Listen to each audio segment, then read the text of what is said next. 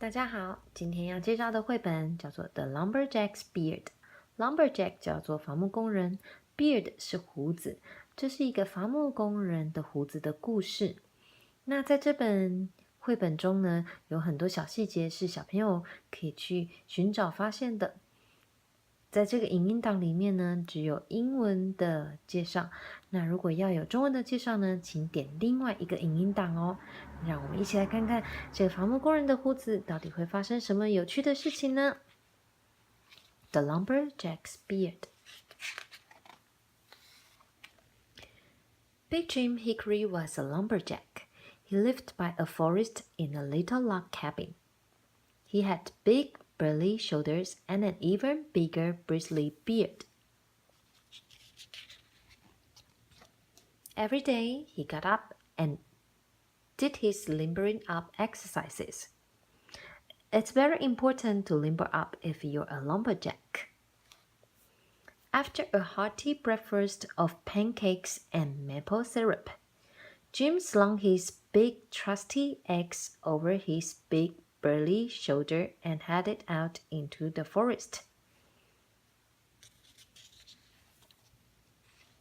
Chop, chopty, chop went Jim's axe, echoing through the valley as he felled tree after tree after tree. Timber!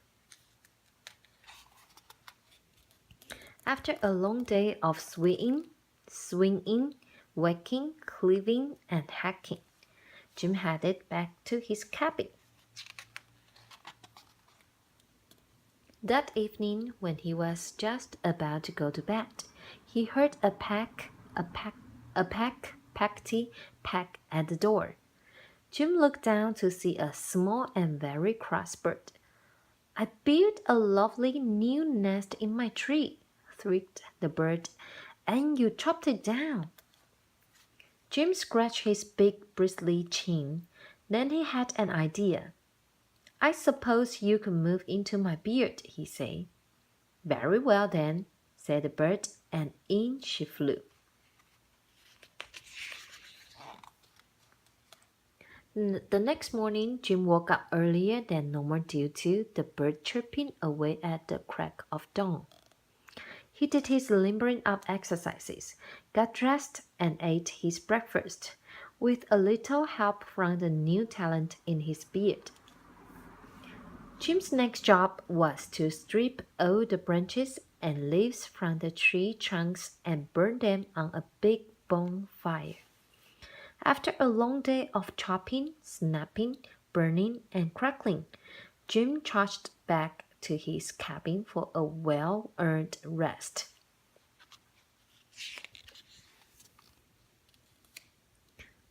No sooner had he laid down his axe than he heard a noise at the door. Scratch, scratchty, scratch. He looked down to see a very fed-up-looking porcupine. "Oi!" snapped the porcupine. "I needed loose leaves and pine needles to make a nice cozy shelter. Where am I going to live now?" Jim thought and scratched his big bristly chin.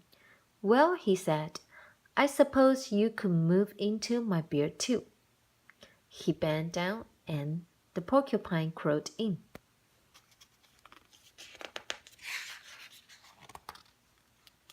The next morning, Jim woke up even earlier and attempted to do his limbering up exercises. He looked in the mirror and scratched his big bristly chin. "Yo!" He got porcupine quills in his fingers. He tried to eat his breakfast, but lost his appetite when he noticed bird poo on his shirt.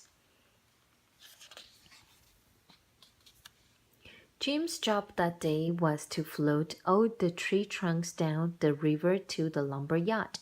One by one, he rolled logs into the fast-flowing water. After a hard day of logging, splashing, rolling, and crashing, Jim staggered back to his cabin. Thwomp, swampty, Swamp went to his door. He looked down to see a very angry beaver on his doorstep. I spent all day building my nice new dam, and it got smashed to bits by those logs you threw in the river, he snarled.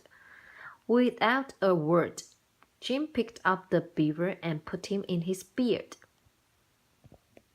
Between the birds chirping, the porcupines prickling, and the beavers thwomping, Jim didn't get much sleep that night. He was too tired to do his limbering up exercises in the morning, and the beaver's swamping tail knocked his pancakes all over the floor.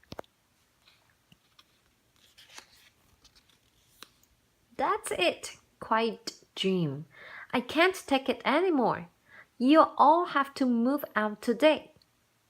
But where will we live? Gasped his friend. As Jim scratched his big bristly chin, he had a bold but brilliant idea. He went into his bathroom, took out his trusty razor, and began to shave off his big bristly beard.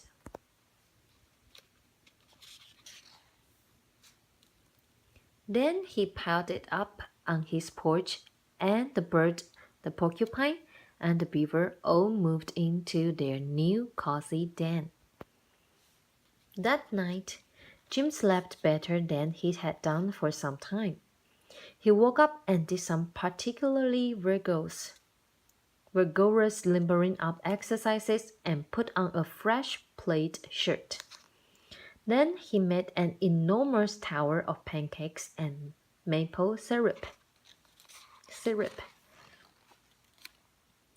After breakfast, Jim looked out of the window at the bare ground where the forest used to be and scratched his unusual bare, stubbly chin. And he had another brilliant idea. That morning, Jim took his trusty shovel and dug hole after hole after hole. And with his big hands, he planted tree after tree after tree.